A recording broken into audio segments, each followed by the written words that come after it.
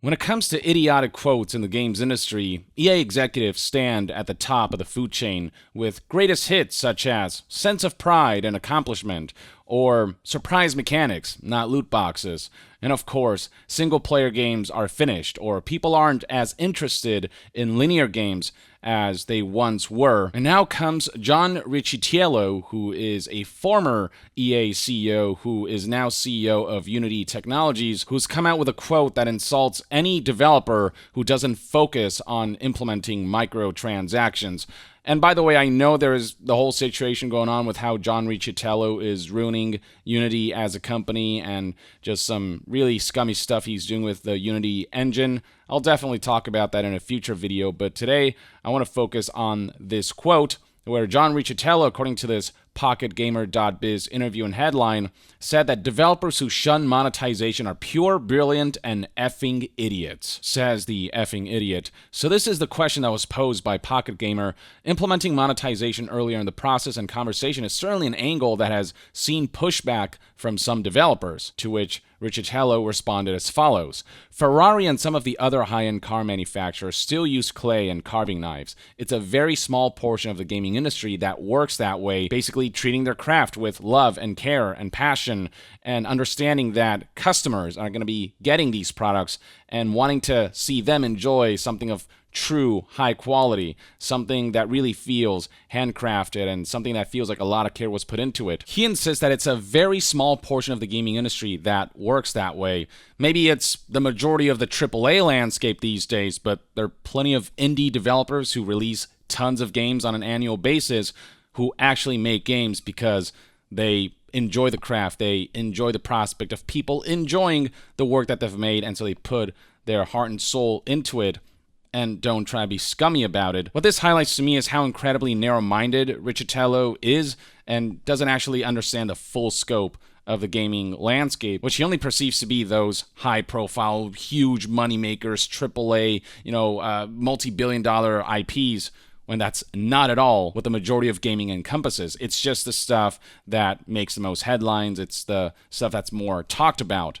But underneath all that, there's tons of incredible projects made purely out of passion. And some of these people are my favorite people in the world to fight with. They're the most beautiful and pure, brilliant people.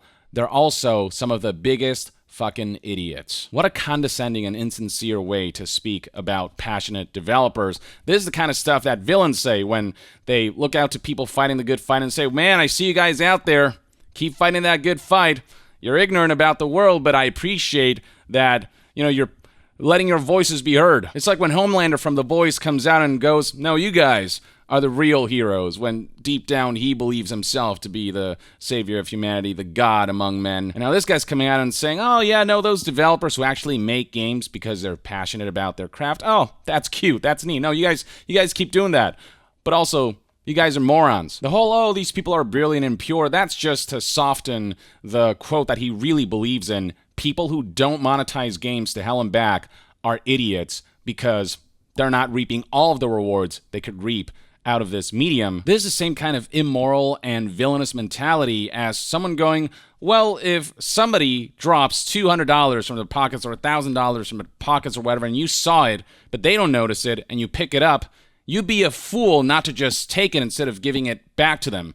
Yeah, you probably get away with it, but that makes you an immoral person. That was an immoral decision, lacking integrity, and it makes you a scummy person. But hey, you're reaping maximum rewards out of that situation, so who cares about decency and morality? That's this CEO, that's this idiot. This man thinks like a businessman, not like an artist. An artist gets fulfillment out of people enjoying their products. A businessman, all they care about are those numbers going up and up and up, the short-term profit margins and keeping investors happy, rather than the tangible impact that the craft, the art itself, can have on people, alongside raking in enough money. Maybe not all the money in the world, but raking in more than enough to continue the cycle of creating. Riccitiello continues, I've been in the gaming industry longer than most anybody, getting to the gray hair and all that. Yeah, as a businessman, not as an artist, not as someone who actually is passionate about the craft and has an emotional investment in the games that are being made, but just strictly looks at things in terms of pure numbers and revenue and profits. It used to be the case that developers would throw their game over the wall to the publicist and sales force with literally no interaction beforehand. The model is baked into the philosophy of a lot of art forms and mediums, and it's one I am deeply respectful of. Oh, yeah, you can tell. I know their dedication and care. Again, very super villain-y speech of like, I get it, you guys. No, you guys are trying your best, but I know what's good for you. It's that politician level of insincerity of like pretending like they're trying to reach out and shake hands and be like, no, we can talk about this, but they actually have no intention of discussing anything or taking their feedback seriously. It's just them propping themselves up and pretending like they're on everyone's side when they're only on their own side. This industry divides people between those who still hold on to that philosophy and those who massively embrace how to figure out what makes a successful product. This mentality is the problem with businessman CEOs running game companies. What they define as success is strictly how much money did the game rake in, not what kind of long-term impact did it have? What kind of loyalty did it establish from the community? I mean, look at FromSoft. They released Elden Ring recently. Sold, so many freaking copies. We don't know what the latest figures are. Last we heard, it sold like 13 million copies in a couple weeks. That's not something that came in a vacuum. That came from FromSoft mastering their own genre that they specialize in and building a loyal community over the years, and them sort of releasing this magnum opus not only drew in existing members of the community, but drew in new folks as word began to spread because of the goodwill that they've established over a very long time. And on top of that, From Software can feel good about the fact that they've created and released a game that's made tons of people happy, a game that will leave a permanent mark in history as one of the greatest games of all time, a game that just pushed boundaries forward beyond what anyone anticipated. They've had a positive impact on the world, and they haven't hurt anyone psychologically or financially through microtransactions and gambling and all kinds of cons and monetization schemes. There's a dissonance in what CEOs perceive to be success and what artists perceive to be success. For CEOs, success is making all the money in the world and infinite growth that is unsustainable. For artists, success is making enough money so that we can work on the next project and keep employees happy and well-fed and give them a good life, while also getting the fulfillment of making something you're proud of and something that people are proud that you made, something that was exactly as the artists and designers intended, with nothing that's been sort of diluted by monetization schemes and tactics that overextend grinds, that intentionally introduce issues so players have to pay for them, that take a pure experience and corrupt it into something that is unrecognizable from what it could have been at its maximum potential. That's what Riccitello doesn't understand, this concept of taking pride in your work rather than just taking pride in how high the number is in your bank account. It is such a pathetic existence to have your entire identity and way of being tied to frickin' economy instead of finding fulfillment in the joys that us humans, because of our intellect and our creativity, can seek and pursue and share with others. It's like, this man has no freaking soul. That's the general gist of these kinds of CEOs. Riccitello continues, and I don't know a successful artist anywhere that doesn't care about what their player thinks. This is where this cycle of feedback comes back, and they can choose to ignore it, but to choose to not know it at all is not a great call. The fact that he so casually puts out there, well, developers can just choose to ignore tangible feedback, goes to highlight why so many games, especially in the AAA landscape, feel so misguided in the way they're made and the way they're released, in the way they're designed. Because so many of these games are about maximizing revenue and profits, about creating the most efficient monetization machine disguised as a game. And look, that's not to say that developers shouldn't ignore certain types of feedback, those vicious, unconstructive ones, be it death threats or these awful, disgusting insults that add nothing to the conversation. There are certain crowds that you absolutely should pay no mind to. But for those who are trying to be constructive and critical and ultimately want what's best for a franchise or a company's bundle of studios who they're leading astray by not letting them just work on the thing that they specialize in and forcing them to make live services and all these things and make beloved game series go in directions that are just clearly not in line with the identity of that series, the identity that people fell in love with, stuff like that. With this kind of mentality from a former EA CEO, it's no wonder that EA has been the way it's been. And more current CEOs like Andrew Wilson feel no different in their mentality. And CFOs like Blake Jorgensen, who was the guy who put quotes out there like people aren't interested in linear games anymore. I mean, these are people who understand the business of video games and the way they can be exploited for the business side of things, but don't actually understand video games as a medium, as a culture. And that's because they actively choose to ignore feedback, know just enough to know like where the general conversation's at, so they can learn to navigate certain conversations or avoid certain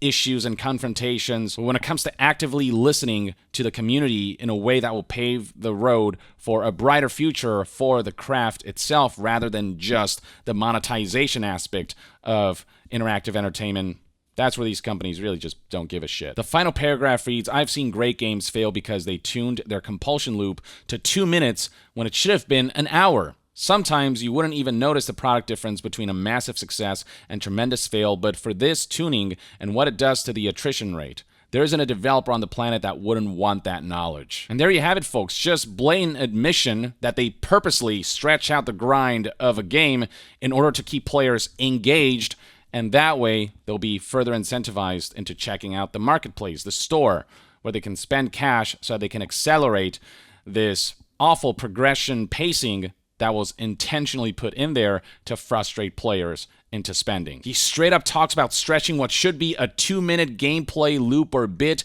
into an hour, making a gameplay segment or a gameplay loop 30 times longer than it needs to be so that they can keep those players engaged and they can continue monetizing them and nickel and diming them. I mean, just look at Diablo Immortal and what people discovered about that endgame. The way the endgame has been stretched out so much that it takes over 10 years to max out the gear for only one of your characters, the alternative being to spend hundreds of thousands of dollars on microtransactions. No video game should coerce players by threatening them with them having to turn a video game into a full-time job for a decade. And how telling is it that he doesn't call it a gameplay loop, he calls it specifically a compulsion loop. Gee, it's almost as if they're aware of the psychological manipulation that these games engage in. It's almost as if they're aware of the addiction that they're purposely trying to plant in the minds of people to keep them coming back for more and to keep them spending more. These are the kinds of people who are leading our industry, people who don't actually give a shit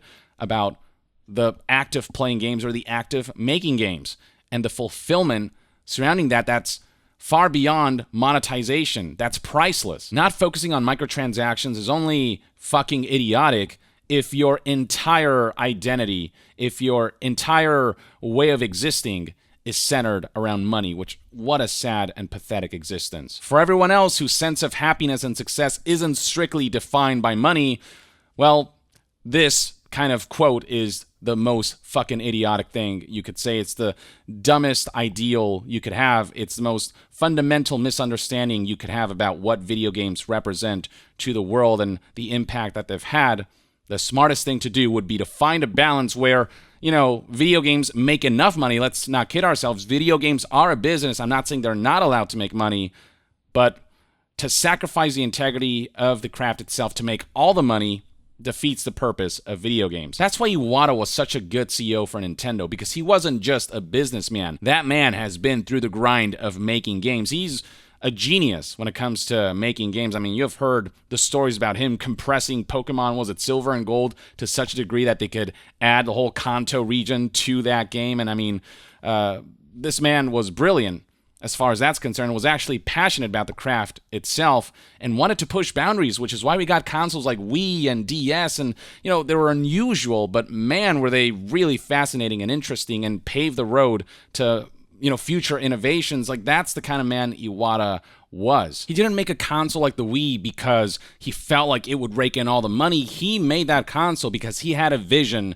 of people outside of the hardcore gamers engaging with games, and to his credit, that console was the first time me and my parents played a video game together extensively. Wii Sports. Like, that blew my mind. That was a mission accomplished right there. And, you know, he did that from a sincere place of, like, where can we take gaming rather than how do we monetize gaming? He cared about games, not just the money-making of games. And We need more executives and CEOs like that. Or at the very least, that's one man's take on Riccitello's idiotic quote about how those who don't focus on microtransactions and monetization are idiots. Takes one to know one, I guess. Let me know in the comments below what your thoughts and opinions are on what Riccitello had to say and what my take and my counter-arguments were to what I really believe to be a pretty insulting way of looking at gaming. And to be further updated on all things gaming news, reviews, and discussions, stay tuned right here on Young Yeah. I'll see you guys next time. Young out.